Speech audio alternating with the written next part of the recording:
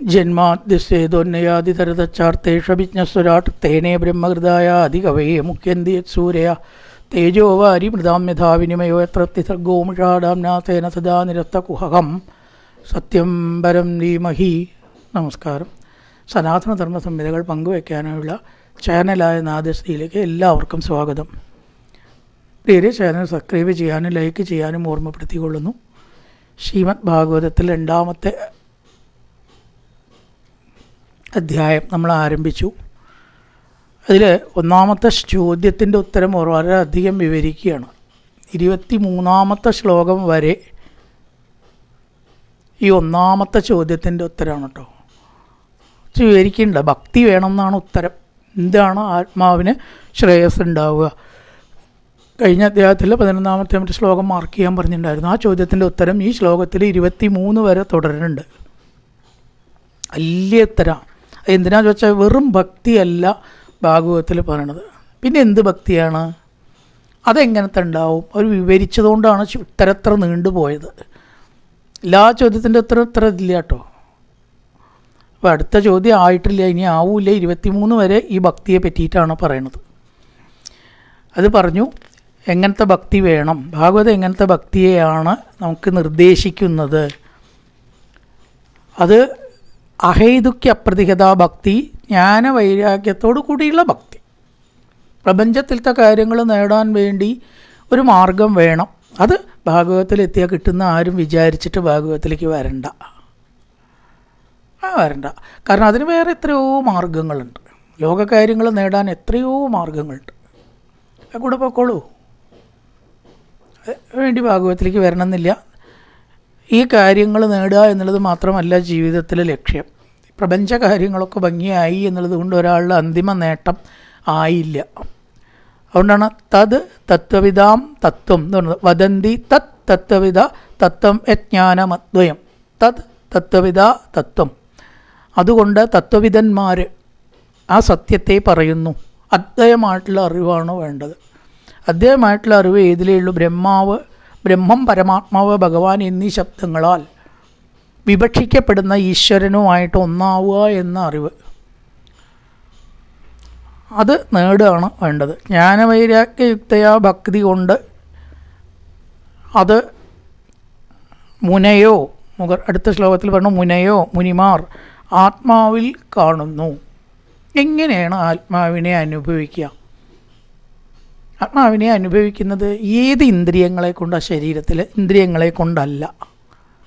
ആത്മാവിനെ ആത്മാവ് കൊണ്ട് അറിയാൻ വേണ്ടി. പശ്യന്തി ആത്മനീച ആത്മാനം. ആത്മാവിനെ ആത്മാവിൽ, ആത്മാവ് കൊണ്ട് കാണുന്നു. കാണുന്നത് എവിടെയാണ്? ആത്മാവിൽ. എന്തുകൊണ്ട് കാണുന്നു? ആത്മാവ് കൊണ്ട്. എന്തിനെ കാണുന്നു? ആത്മാവിനെ കാണുന്നു. ആത്മാവിനെ ആത്മാവിൽ, ആത്മാവ് കൊണ്ട് മാത്രമേ കാണാൻ പറ്റുള്ളൂ. ഏത് പ്രകാരത്തിൽ? ഉറക്കത്തിൽ, സുഷുപ്തിയിൽ സുഖം നമ്മൾ അനുഭവിക്കുന്നത് കൈ കൊണ്ടോ കാലുകൊണ്ടോ കണ്ണുകൊണ്ടോ മൂക്കുകൊണ്ടോ അല്ല. എന്നാൽ സുഖം അനുഭവിക്കണില്ലേ? ഉണ്ട്. എന്തുകൊണ്ടാണ്? ആത്മാവ് കൊണ്ടേ അനുഭവിക്കാൻ പറ്റുള്ളൂ. കാരണം മനസ്സടക്കമില്ലേ ഉറക്കത്തിലുണ്ടോ? മനസ്സ് വിട്ടുറങ്ങിയിട്ടോ ഞാൻ എന്നാ പറയുക. അപ്പം മനസ്സുണ്ടോ? ഇല്ല. അപ്പോൾ എന്തുകൊണ്ട് അനുഭവിച്ചു? ആത്മാവ് കൊണ്ടൊരു സുഖം കിട്ടി. അത് വെളിച്ചായപ്പോൾ നമുക്ക് ഓർമ്മ വന്നു, ഈശ്വരാ ഇന്നലെ രാത്രി എന്ത് സുഖമായിരുന്നല്ലേ, അവർക്കൊന്നും അറിഞ്ഞില്ല. ഒന്നും അറിഞ്ഞില്ല എന്ന് പറഞ്ഞാൽ ഈ പ്രപഞ്ചത്തിലത്തെ ഒന്നും അറിഞ്ഞില്ല. നിദ്രാസുഖം അറിഞ്ഞിട്ടുണ്ട്, പ്രപഞ്ചത്തിലത്തെ ഒന്നും അറിയാത്തത്. അപ്പം നിദ്രാസുഖം എന്തുകൊണ്ട് അറിഞ്ഞു? ആത്മാവ് കൊണ്ടറിഞ്ഞു. അതപ്പുംബർദിജ ശ്രേഷ്ഠ വർണ്ണാശ്രമ വിഭാഗശ സ്വനുഷ്ഠിതസ്യ ധർമ്മസ്യ സംസിദ്ധിർഹരിദോഷണം. അതുകൊണ്ട് ശൗനകാദികളെ സംബോധനയാണ് ദ്വിജശ്രേഷ്ഠ, ബ്രാഹ്മണന്മാരെ, ബ്രാഹ്മണോത്തമരെ. പുംഭി എന്ന് പറഞ്ഞാൽ മനുഷ്യന്മാരാൽ, വർണ്ണാശ്രമ വിഭാഗത്താൽ, വർണ്ണാശ്രമ വിഭാഗശ സ്വനുഷ്ഠിതസ്യ ധർമ്മസ്യ, വർണ്ണാശ്രമങ്ങൾക്കനുസരിച്ച് അനുഷ്ഠിക്കപ്പെടുന്ന ധർമ്മത്തെ ഫലപ്രാപ്തി എന്ന് പറയുന്നത് ഹരിയുടെ ആരാധനമാണ്. സ്വനുഷ്ഠിതസ്യ ധർമ്മസ്യ സംസിദ്ധിർ ഹരിതോഷണം എന്ന് പറയാണ്. ശ്രദ്ധയോടെ നടക്കുന്നതായ വർണ്ണാശ്രമധർമ്മ ശ്രീഹരിയെ സന്തോഷിപ്പിക്കുവാൻ ഉപകരിക്കുന്ന ആരാധനം ആണ് യഥാർത്ഥത്തിൽ ഫലം ആയിട്ട് നമുക്ക് വരുന്നത്. ഈശ്വരപ്രസാദം എന്ന് പറയുന്നത് ശരിക്കും എന്താണ് എന്നും കൂടി ഇതിൽ ചെറുതായിട്ടൊന്ന് ചൂണ്ടിയിരിക്കുകയാണ്. നമ്മൾ പറയും ഈശ്വരനെ പ്രസാദിപ്പിക്കുക, ഈശ്വരനെ സന്തോഷിപ്പിക്കുക. ഈശ്വരൻ ഇപ്പം നമ്മൾ കർപ്പൂരം കാണിച്ചാലും നേദ്യം കൊടുത്താലും ഒക്കെ ഇങ്ങനെ സന്തോഷിക്കുക. ഒരു മനുഷ്യന് വസ്ത്രവും സ്വർണവും കൊടുത്താൽ നമസ്കരിച്ച സന്തോഷിയായിട്ട്, അതേപോലെ അങ്ങനെയാണോ അത്? അങ്ങനെയാണെങ്കിൽ 2000 കിലോ സ്വർണം വഴിപാട് കഴിച്ചവരുടെ നേരെ ഭഗവാൻ അധികം സന്തോഷിക്കണ്ടേ? കൊടുക്കുന്നത് കൊണ്ടാണ് സന്തോഷിക്കുന്നതെങ്കിൽ ഒരു തുളസിപ്പൂ കൊണ്ടോ 1.25 ഉറുപ്പ്യ കൊണ്ടോ ഭഗവാൻ സന്തോഷിക്കില്ല എന്ന് വരണ്ടേ? അങ്ങനെ വരണ്ടേ? അങ്ങനെയാണെങ്കിൽ ഇവിടെ എന്താണ് ഈ ഈശ്വരപ്രസാദം എന്ന് പറഞ്ഞാൽ? ഇവിടെ വ്യക്തമാക്കിയിരിക്കുകയാണ്. ഈശ്വരപ്രസാദം എന്ന് പറഞ്ഞാൽ വളരെ നമ്മൾ ശ്രദ്ധിക്കണം. ഇവിടെ വളരെയധികം നോട്ട് ചെയ്യേണ്ട, ഓർക്കേണ്ട, മറക്കാൻ പറ്റാത്തൊരു പോയിൻ്റാണത്. നമ്മൾ സന്തോഷിക്കുകയാണ് കൂട്ടരെ ഈശ്വരപ്രസാദം എന്ന് പറഞ്ഞാൽ. ഈശ്വരനല്ല ശരിക്ക് സന്തോഷിക്കുന്നത്. ഈശ്വരന് സന്തോഷമൊന്നുമില്ല, അങ്ങനെയൊന്നൊന്നുമില്ല. നമ്മൾ സന്തോഷിക്കുകയാണ്. ഹരിതോഷണം, ഹരിപ്രസാദം നമ്മൾ നേടിയെടുക്കുകയാണ്, നേടിയെടുക്കുന്നു. ഒരു കിണറിലത്തെ വെള്ളം കിണർ സന്തോഷിച്ചിട്ട് നമുക്ക് തരികയാണോ? ആണോ? ഒരു പശുവിൻ്റെ പാല് പശു സന്തോഷിച്ചിട്ട് നമുക്ക് തരില്ല, നമ്മൾ എടുക്കുകയാണ് അല്ലേ? ഇതെല്ലാം നമ്മൾ എടുക്കുകയാണ് ചെയ്യുന്നത്. തെങ്ങിൽ നിന്ന് തേങ്ങയും, പഴങ്ങളിൽ ചെടികളിൽ നിന്ന് പഴവും, കിണറിൽ നിന്ന് വെള്ളവും എല്ലാം നമ്മൾ എടുക്കുന്നു. കിണർ നൽകുന്നുണ്ടോ? ഈ കറണ്ട് നമ്മൾ സ്വിച്ചിട്ട് അനുഭവിക്കണ കറണ്ട് നമുക്ക് നൽകുന്നില്ല. ഇതുപോലെ ഈ ഈശ്വരപ്രസാദം നമ്മൾ ഉണ്ടാക്കുകയാണ്. നമ്മുടെ മനസ്സിൽ നമ്മൾ ഉണ്ടാക്കുന്ന ഒന്നാണ് അത്. ഈശ്വരൻ ഇങ്ങോട്ട് നൽകുക, നിഷേധിക്കുക, ശിക്ഷിക്കുക, അനുഗ്രഹിക്കുക, ഇതൊന്നുമില്ല. അത്ര ദിക്കിലാണ് ഭാഗവതം പറഞ്ഞിരിക്കുന്നത്. ശിക്ഷ, അനുഗ്രഹം, ശത്രു, മിത്രം, ഇത് ഭഗവാന് ഇല്ല. മനുഷ്യനുണ്ടാവാം. അവനെ ഞാനൊരു പാഠം പഠിപ്പിച്ചിട്ട് തന്നെ വേറെ കാര്യം, അത് നമുക്കുണ്ടാവാം. ഭഗവാൻ അങ്ങനെ തോന്നിയാൽ ഭഗവാനും നമ്മളും തമ്മിൽ എന്താണ് വ്യത്യാസം? അങ്ങനെയൊന്നുമില്ല. ഭഗവാന്റെ പ്രസാദം നമ്മൾ ഇങ്ങോട്ട് വെള്ളം കോരണ പോലെ എടുക്കുകയാണ്. സംസിദ്ധിർ ഹരിതോഷണം. അപ്പം എല്ലാ വർണ്ണാശ്രമധർമ്മങ്ങളുടെ, നമ്മൾ അനുഷ്ഠിക്കുന്ന ധർമ്മങ്ങളുടെ ഫലം എന്താണ്? ഹരിതോഷണം. സ്വനുഷ്ഠിതശ്ച ധർമ്മശ്ച സംസിദ്ധിർ ഹരിതോഷണം എന്ന് പറഞ്ഞാൽ ഹരി സന്തോഷിക്കുകയല്ല, ഹരിയുടെ സന്തോഷം നമ്മൾ തന്നെ കറന്നെടുക്കുക എന്ന് പറയുന്നതായിരിക്കും ശരി. നമ്മൾക്ക് അത് ലഭിക്കുകയാണ്, ഭഗവാൻ നൽകല്ല. വിഷ്ണു സഹസ്രനാമം ചെല്ലുമ്പോൾ നമുക്കുണ്ടാവണ സുഖം ഭഗവാൻ തരില്ല. വിഷ്ണു സഹസ്രനാമം കൊണ്ട് നമുക്കുണ്ടാവില്ലേ? ആലോചിച്ച് നോക്കൂ. ശ്രീമദ് ഭാഗവതം വായിക്കുമ്പോഴും പറയുമ്പോഴും നമുക്കുണ്ടാകുന്ന ആനന്ദം ഭഗവാനല്ല നൽകുന്നത്, ഭഗവാനെക്കുറിച്ചുള്ള കഥയാണ്. അത് നമ്മൾ ചെയ്യുന്നത് കൊണ്ട് നമുക്കുണ്ടാവുകയാണ്, നമ്മൾ ചെയ്തില്ലെങ്കിൽ നമുക്കുണ്ടാവില്ല. അപ്പോൾ ഈശ്വരനല്ല അത് നൽകുന്നത്. അപ്പോൾ ഹരിതോഷണം എന്ന് പറഞ്ഞാൽ എന്താ? ഹരി പ്രസാദിച്ച് അനുഗ്രഹിക്കുകയല്ല, മറിച്ച് അത് നമ്മൾ തന്നെ ഉണ്ടാക്കുകയാണ്. എങ്ങനെയാണ്? നമ്മുടെ കർമാനുഷ്ഠാനങ്ങളെ കൊണ്ട്. അപ്പോൾ ഹരിയെ സന്തോഷിപ്പിക്കുക എന്നുള്ള ഒരു പ്രക്രിയ ഇല്ലെങ്കിൽ സർവവർണ്ണാശ്രമധർമ്മങ്ങളുടെ അനുഷ്ഠാനവും വെറുതെയാണ് എന്നാണ് ഇപ്പോൾ ഇവിടെ പോയിൻ്റ് ചൂണ്ടണത്. അത് ചെയ്തു, ഇത് ചെയ്തു, ഞാൻ സാമൂഹ്യ പ്രവർത്തകനാണ്, ഞാൻ ഭസ്മക്കുറി ഇട്ടിട്ട് രാമാഹ കൃഷ്ണ എന്ന് ജപിക്കില്ല പറഞ്ഞിട്ട് കാര്യമില്ല, 10 വിധവകളെ ഞാൻ വിവാഹം ചെയ്യിപ്പിച്ചു, പുനർവിവാഹം, 4 ആൾക്ക് ഞാൻ ഒരു വർഷത്തിൽ വീടുണ്ടാക്കി കൊടുത്തു എന്നൊക്കെ ചിലർ 10 ആൾക്കുടെ അപേക്ഷ തയ്യാറാക്കിയിട്ട് അവർക്ക് സാമൂഹ്യക്ഷേമ പെൻഷൻ ഞാൻ വാങ്ങിക്കൊടുത്തു, ഞാൻ ഇല്ലെങ്കിൽ അവർക്കത് കിട്ടില്ല, ഞാനാണ് വാങ്ങിക്കൊടുത്തത് എന്നൊക്കെ നമ്മൾ ഊറ്റം കൊള്ളും. ഇതെല്ലാം ശരിയാണ്.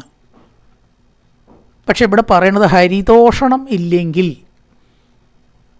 ഈശ്വരപ്രസാദമോ 1 എന്ന പൂജ്യത്തിൻ്റെ ഇപ്പുറത്തിൽ ഹരിതോഷണമാകുന്ന 1 എന്ന നമ്പർ ഇട്ടിട്ടില്ലെങ്കിൽ ഇതൊക്കെ പൂജ്യങ്ങളാണ് എന്നാണ് ഇപ്പോൾ ഇവിടെ പറയേണ്ട ചുരുക്കം.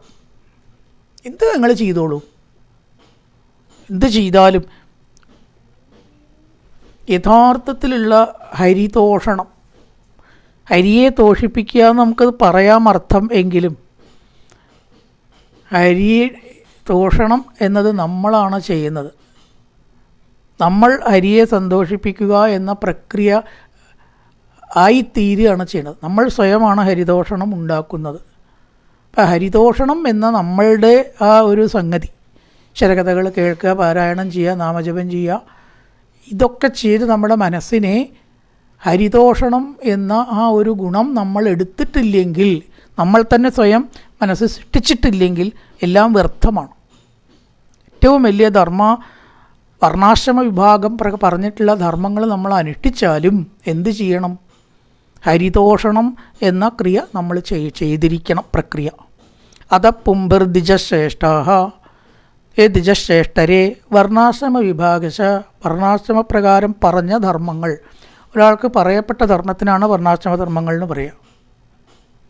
അതൊക്കെ സുനുഷ്ഠിതർച്ച ധർമ്മസ്യ, നമ്മൾ അനുഷ്ഠിച്ച ധർമ്മത്തിൻ്റെ സംസിദ്ധിർ ഹരിതോഷണം, ഹരിതോഷണത്തിൽ മാത്രമേ പൂർണ്ണത ലഭിക്കുന്നുള്ളൂ. യഥാർത്ഥ ഫലപ്രാപ്തി ഹരിപ്രസാദം ആണ് എന്ന് ചുരുക്കം. അവിടെ അടുത്ത വിശേഷണമാണ് തസ്മാദേകേന മനസാ ഭഗവാൻ സത്വദാംപതി ശ്രോതവ്യ കീർത്തിതവ്യശ്ച ദേഹപൂജ്യച്ച നിത്യത. ഹരിതോഷണം ഉണ്ടാവണം എന്ന് പറഞ്ഞു വെച്ചു. എങ്ങനെ? അതാണ് അടുത്ത ശ്ലോകത്തിൽ. ഏകാഗ്ര മനസ്സോട് കൂടിയിട്ട് തസ്മാത്, അതുകൊണ്ട്, ഏകേന മനസ്സാ, ഏകാഗ്ര മനസ്സുകൊണ്ട്, സാത്വതാം പതി ഭഗവാൻ, സത്തുക്കളുടെ പതിയായിട്ടുള്ള ഭഗവാനെ നമ്മൾ കേൾക്കുക, ശ്രോതവ്യ കേൾക്കുക, കീർത്തിതവ്യച്ച കീർത്തിക്കുക, ധ്യേയ ധ്യാനിക്കുക, പൂജിക്കുക. ഇവിടെ 4 കാര്യം പറഞ്ഞു എന്നേ ഉള്ളൂ, വേറെ ആവാം. ഈ 4 കാര്യങ്ങളിൽ കൂടി ഏകാഗ്ര മനസ്സോടുകൂടി സാത്വതാംപതി ഭഗവാന്റെ വിശേഷണമാണ്. സത്തുക്കളുടെ പതിയായിട്ടുള്ള ഭഗവാനെ പൂജിക്കുക. എങ്ങനെയാ? ശ്രോതവ്യ, കഥകൾ കേട്ടിട്ട്, കീർത്തിതവ്യച്ച കീർത്തിച്ചിട്ട കീർത്തനങ്ങളാൽ, ധ്യേയ ധ്യാനിച്ചിട്ട്, പൂജ്യച്ച നിത്യത എപ്പോഴും നടത്തും. തസ്മാദേകേന മനസാ ഭഗവാൻ സത്വദാംപതി ശ്രോതവ്യ കീർത്തിതവ്യച്ച ധ്യേയ പൂജ്യച്ച നിത്യത. കേട്ടിട്ടും കീർത്തിച്ചിട്ടും ധ്യാനിച്ചിട്ടും പൂജിച്ചിട്ടും സാത്വദാംപതിയായിട്ടുള്ള ഭഗവാനെ ഏകാഗ്ര മനസ്സോട് കൂടിയിട്ട് പൂജിക്കുക, പ്രാപിക്കുക. അങ്ങനെയാണ് നമ്മൾ ഹരിതോഷണം, നേരത്തെ പറഞ്ഞ ഹരിതോഷണത്തെ നേടേണ്ടത്. നമ്മൾ നേടുകയാണത്. അടുത്ത യദനുധ്യാസിനായുക്ത കർമ്മഗ്രന്ഥി നിബന്ധന ചിന്തന്തി കോവിദാത്തസ്യ കോന കുര്യാത് കഥാരഥിം. യദനുധ്യാസിനായുക്ത കർമ്മഗ്രന്ഥി നിബന്ധന, യദനുധ്യാസിന യാതൊരുവൻ്റെ അനുധ്യായം ആകുന്ന അതിനോട്, ഏതൊരു ഭഗവാനെ നമ്മൾ പ്രസാദിപ്പിക്കുമ്പോഴാണ് ഹൃദയഗ്രന്ഥി ബന്ധന, ദുഃഖം ഉണ്ടാക്കുന്ന ഹൃദയഗ്രന്ഥിയെ നമുക്ക് നശിപ്പിക്കാൻ കഴിയുന്നത്. ഹൃദയഗ്രന്ഥി സംസാരബന്ധം എന്നർത്ഥം, ചുരുക്കം പറയാച്ച. ഓരോന്നോടുള്ള താല്പര്യം, ഓരോ കാര്യങ്ങളോടുള്ള താല്പര്യം അതിൻ്റെ ദുഃഖം നമുക്കുണ്ടാക്കും. പുത്രനോടുള്ള ദുഃഖം, പുത്രൻ പിരിയുമ്പോൾ ഉണ്ടാവില്ലേ? പുത്രൻ ഇല്ലെങ്കിൽ ദുഃഖം ഉണ്ടാവും. ഉണ്ടായിട്ട് എവിടേക്കെങ്കിലും പോയാൽ ദുഃഖം ഉണ്ടാവും, അതിലേറെ ദുഃഖം ഉണ്ടാവും. ആകെ എന്നൊരു സുഖമില്ല കുട്ടികളില്ലാതെ. അപ്പോൾ അത് ദുഃഖത്തെ തന്നെ തരണത്. സുഖത്തില്ല, അവർ വിചാരിച്ച പോലെ ആയില്ലെങ്കിൽ അപ്പോഴും ദുഃഖമല്ലേ. അവരുണ്ടായതുകൊണ്ട് മുഴുവൻ സുഖമാവണില്ല. അപ്പോൾ ഓരോന്നിനോടും ഈ ഹൃദയഗ്രന്ഥി ഉള്ളിടത്തോളം കാലം അതിൽ നിന്ന് നമുക്ക് ദുഃഖമേ കിട്ടുള്ളൂ. ആ കർമ്മഗ്രന്ഥിയെ ഇല്ലാണ്ടാക്കും ഈശ്വരധ്യാനം. ഈശ്വരനെ ധ്യാനിച്ച് നമ്മുടെ മനസ്സങ്ങനെയാവുകയാണ്. യദനുധ്യാസിനായുക്ത കർമ്മഗ്രന്ഥി നിബന്ധന ചിന്തന്തി, ഹൃദയഗ്രന്ഥത്തെ ഭേദിക്കുന്നു, ചിന്തിക്കുന്നു, ബന്ധം മുറിക്കുന്നു. കോവിദാത്തസ്യ കോനുകുര്യാത് കഥാരഥിം.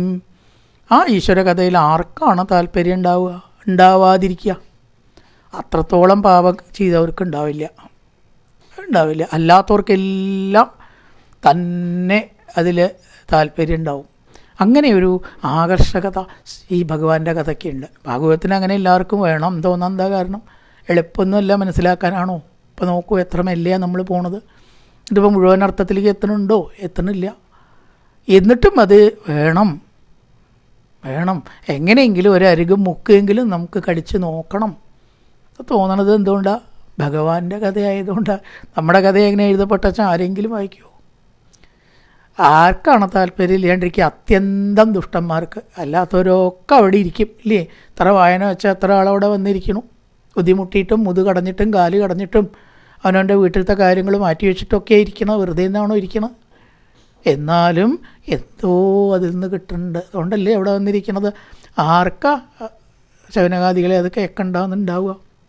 ഒരുവിധം നേരെ ബുദ്ധിയിലുള്ളവർക്കൊക്കെ അത് കേൾക്കണമെന്നുണ്ടാവും. ചിന്തന്തി കോവിദാത്തസ്യ, എല്ലാ ഹൃദയഗ്രന്ഥിയെയും ഭേദിക്കുന്ന അത് കേൾക്കണ്ട എന്ന് ആർക്കുണ്ടാവും? കഥാരതി ആർക്കാണ് ഇല്ലാതെ ഇരിക്കുക? ശുശ്രൂഷോഷദാനസ്യ വാസുദേവ കഥാരുചിശ്ചാത്മകർസേവയാ വിപ്ര പുണ്യതീർത്ഥ നിഷേവണാത്. ഇവിടെ പറയണ പുണ്യങ്ങളായ തീർത്ഥങ്ങളുടെ സേവനം കൊണ്ടും മഹത്തുക്കളുടെ സേവ കൊണ്ടും കേൾപ്പാൻ ആഗ്രഹമുള്ളവനും ശ്രദ്ധിക്കുന്നവനും ആയ പുരുഷന് വാസുദേവൻ്റെ കഥയിൽ താല്പര്യം സംഭവിക്കും. അപ്പോൾ ഇതിൻ്റെ വിപരീതമുള്ളവർക്ക് അതിൽ താല്പര്യം ഉണ്ടാവില്ല എന്നർത്ഥം. ഈ ജന്മത്തിൽ ചെയ്തിട്ടില്ലെങ്കിൽ കഴിഞ്ഞ ജന്മത്തിൽ ധാരാളം ഗംഗ, യമുന മുതലായ നദികളിൽ, സരസ്വതി മുതലായ നദികളിൽ സ്നാനം ചെയ്തിരിക്കും. പുണ്യതീർത്ഥ നിഷേവണാത്, അനവധി പുണ്യങ്ങളിൽ സ്നാനം ചെയ്തവർക്കും അനവധി മഹത്തുക്കളുടെ സേവ ചെയ്ത് അവരെ സന്തോഷിപ്പിച്ചവർക്കും മാത്രം, പിന്നെ കേൾക്കാൻ ആഗ്രഹമുള്ളവർക്കും മാത്രമേ ഇതിനുള്ള അവസരം തന്നെ ഉണ്ടാവുള്ളൂ. വാസുദേവൻ്റെ കഥ കേൾക്കണം എന്നത് ഒരുപാട് ജന്മത്തെ പുണ്യമാണ്. ജന്മാന്തരേ ഭവേത് പുണ്യം തതോ ഭാഗവതം ലഭേ. എത്ര ജന്മത്തെ പുണ്യം നിശ്ചല്യ എന്ന് പറയണം. ഈ ജന്മത്തെ പുണ്യം കൊണ്ടൊന്നുമല്ല, അപ്പോൾ എല്ലാവരും ചെയ്തതല്ലേ നമ്മൾ ചെയ്തിട്ടുള്ളൂ. പക്ഷേ പിന്നെന്താ അതിൽ വരണത്? എത്രയോ ജന്മത്തെ ചെയ്തിട്ടുണ്ടാവും എന്നാണ് പറയണത്. എത്രയോ ജന്മത്തിൽ കേട്ടിട്ടുണ്ടാവും, വായിച്ചിട്ടുണ്ടാവും, മഹസേവ ചെയ്തിട്ടുണ്ടാവും. ശുശ്രൂഷോ ശ്രദ്ധദാനസ്യ, കേൾക്കാൻ ആഗ്രഹിക്കുന്നവർ. വാസുദേവ കഥാരുചി, വാസുദേവൻ്റെ കഥ കേൾക്കണം എന്നുള്ള തോന്നലുണ്ടാവുന്നത് എങ്ങനെയാണ്? സ്യാൻ മഹത്സേവയാ, മഹത്തുക്കളെ സേവിക്കുന്നത് കൊണ്ടും. വിപ്ര സംബോധന, വിപ്രന്മാരെ പുണ്യതീർത്ഥ നിഷേവണാൻ, കോടി ജന്മപുണ്യം കൊണ്ടാണ് ഒരാൾ ഭാഗവതത്തിൻ്റെ മുമ്പിൽ എത്തിച്ചേരുന്നത്. ശൃണ്വതാം സ്വഗതാം കൃഷ്ണ പുണ്യശ്രവണ കീർത്തന ഹൃദ്യന്തർത്തോക്യഭദ്രാണി വിധിനോതി സുഹൃത്സദാം. സദാം സത്തുക്കളുടെ ഹിതകാരിയും. സ്വഗതാം കൃഷ്ണ, ശൃണ്വതാം സ്വഗതാം കൃഷ്ണ, സുഹൃത്ത്. അവസാനത്തെ വാക്ക് സുഹൃത്ത് ഇവിടെ വരിക. സുഹൃത്ത്, ഹിതകാരി. പുണ്യശ്രവണ കീർത്തന, നല്ല കഥകളുടെ കർത്താവാണ് കൃഷ്ണൻ. കൃഷ്ണനെ പറ്റിയുള്ള കഥകൾ എപ്പോഴും നല്ലതാണ്. ആ കഥ, തൻ്റെ കഥയെ കേൾക്കുന്നവരുടെ ഉള്ളിൽ ഇരുന്ന് ഹൃദയത്തിൻ്റെ മാലിന്യങ്ങളെ നശിപ്പിക്കുന്നു എന്ന് പറയുകയാണ്. ശൃണ്വതാം സ്വഗതാം കൃഷ്ണ സുഹൃത്ത് പുണ്യശ്രവണ കീർത്തന, കേൾക്കുമ്പോൾ തന്നെ മംഗളം ഉണ്ടാക്കുന്ന കൃഷ്ണൻ്റെ കഥ കേൾക്കുന്നവരുടെ ഉള്ളിൽ ഹൃദ്യന്തസ്ഥോ, ഹൃദയത്തിൽ ഉള്ളിൽ സ്ഥിതി ചെയ്ത് എല്ലാവരുടെയും അഭദ്രങ്ങളെ ഇല്ലാണ്ടാക്കുന്നു. വിധിനോതി, ഇല്ലായ്മ ചെയ്യുക. അഭദ്രാണി, അമംഗളങ്ങളില്ലാണ്ടാക്കും. എല്ലാവരുടെ സുഹൃത്തായിട്ടുള്ള കൃഷ്ണൻ കേൾക്കണവരുടെ മനസ്സിലിരുന്ന സർവ്വ അഭദ്രങ്ങളും അമംഗളങ്ങളും ശവനകാദികളെ ഇല്ലാതാക്കി തീർക്കുന്നു. അവരെ നേർവഴിക്ക് അങ്ങനെ നയിച്ചോളും. ഭഗവാൻ അവരെ നയിച്ചോളും. വഴിയിടയ്ക്ക് തെറ്റിയാലും നേർവഴിക്ക് കൊണ്ടുവരും. ഈ താറാവുകളൊക്കെ വഴി തെറ്റുമ്പോൾ കോലുകൊണ്ട് ഇങ്ങനെ ശരിക്കും വഴിക്ക് ആക്കാറില്ലേ അതിനെ മേയ്ക്കണവർ? അല്ലെങ്കിൽ കാളകളെ ഏതെങ്കിലും പ്രകാരത്തിൽ വടികൊണ്ട് പേടിപ്പിച്ച് എന്ന പോലെ വഴി അഥവാ തെറ്റിയാലും വീണ്ടും ശരിക്കുള്ള വഴിയിൽ തന്നെ ഭഗവാൻ അവരെ എത്തിച്ച് ചേർക്കുന്നു എന്നാണ് പറഞ്ഞത്. അപ്പോൾ അഭദ്രങ്ങളില്ലാണ്ടാവുകയാണ്. ഇനി അടുത്തത് അഭദ്രങ്ങളില്ലാണ്ടായാലോ? നഷ്ടപ്രായേഷു അഭദ്രേഷു നിത്യം ഭാഗവത സേവയ. ഭാഗവതത്തെ സേവിച്ച് ഉപാസിച്ച അഭദ്രങ്ങളെല്ലാം നഷ്ടമായിരിക്കുന്ന സമയത്തിങ്കൽ ഭഗവത്യുത്തമ ശ്ലോകേ ഭക്തിർഭവതി നൈഷ്ഠികി. ഉത്തമ ശ്ലോകനായിരിക്കുന്ന ഭഗവാനിൽ നിഷ്ഠയോട് കൂടിയിട്ടുള്ള ഭക്തി ഉണ്ടാവും, ഇളക്കമില്ലാത്തതായിട്ടുള്ള ഭക്തി ഉണ്ടാവും. അമംഗളങ്ങളാണ് ഭക്തിയെ തടയണത് എന്നാണ്. അമംഗളങ്ങളില്ലാണ്ടായാൽ നഷ്ടപ്രായേഷു അഭദ്രേഷു, അഭദ്രങ്ങൾ നഷ്ടപ്രായമായിരിക്കും വിഷയത്തിങ്കൽ, സമയത്തിങ്കൽ. എന്തുകൊണ്ട്? ഭാഗവത സേവയാ, ഭാഗവതന്മാരുടെ സേവ കൊണ്ട്. നമ്മുടെ ഭാഗവതം നടത്തല്ല കേട്ടോ, ഭാഗവതൻ എന്നാണ് വാക്ക് വരിക. ഭാഗവതന്മാരെ സേവിക്കുന്നത് കൊണ്ട്. ഭഗവത് ഉത്തമ ശ്ലോകേ ഭക്തിർഭവതി നൈഷ്ഠികി. ഉത്തമ ശ്ലോകനായിട്ടുള്ള ഭഗവാനിൽ നിഷ്ഠയോട് കൂടിയിട്ടുള്ള ഭക്തി ഉണ്ടായിത്തീരുന്നു. ഇപ്പം ഭക്തി ഉണ്ടാവാനുള്ളതായിട്ടുള്ള ആ ഒരു മാർഗമാണ് പറഞ്ഞത്. തദാ രജസ്തമോ ഭാവ കാമലോപാതയേതേരനാവിത്തം തിതം തത്തേ പ്രസീദതി.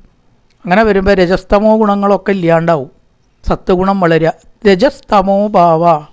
രജസ്തമോ ഭാവങ്ങൾ ഇല്ലാണ്ടാവുന്നു. അപ്പോൾ കാമലോഭങ്ങളും കുറയും.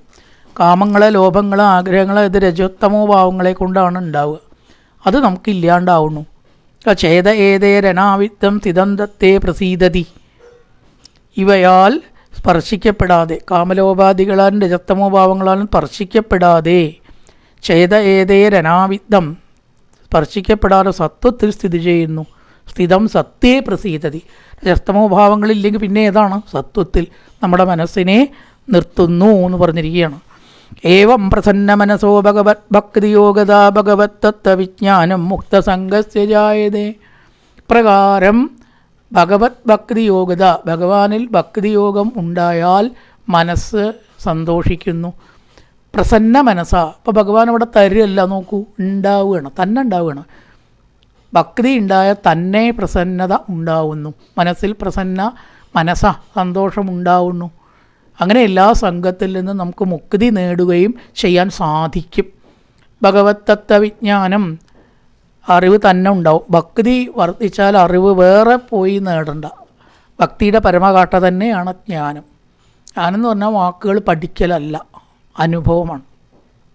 ശരണെ അനുഭവിച്ചതിനെ നമ്മൾ ജ്ഞാനി എന്ന് പറയുക. കുറേ പ്രസംഗിക്കാൻ പഠിച്ചു പറയാം, അതല്ല ജ്ഞാനം. ജ്ഞാനം എന്ന് പറഞ്ഞാൽ ശരിക്കും അർത്ഥം എന്താണ്? ഈശ്വരൻ പ്രകാശിക്കുന്ന ഒരു അവസ്ഥയാണത്. അതിന് പഠിക്കേണ്ട ആവശ്യമില്ല, ഭാഷ അറിയേണ്ട, വ്യാകരണം അറിയേണ്ട, ഒന്നും വേണ്ട. അതല്ല ജ്ഞാനം. അവിടെയാണ് മനസ്സിലാക്കേണ്ടത്. അപ്പോൾ ഭക്തിയുടെ പരമകാട്ടയാണ് ജ്ഞാനമാകുന്ന അനുഭവം. ഈശ്വരൻ പ്രകാശിക്കുന്ന അവസ്ഥയ്ക്ക് നമുക്ക് ജ്ഞാനം എന്ന് പറയാം. അങ്ങനത്തെ വ്യക്തിയെ നമുക്ക് ജ്ഞാനി എന്ന് പറയാം. അയാൾ പ്രസംഗിച്ചോളണമെന്ന് ഒരു നിർബന്ധമില്ല.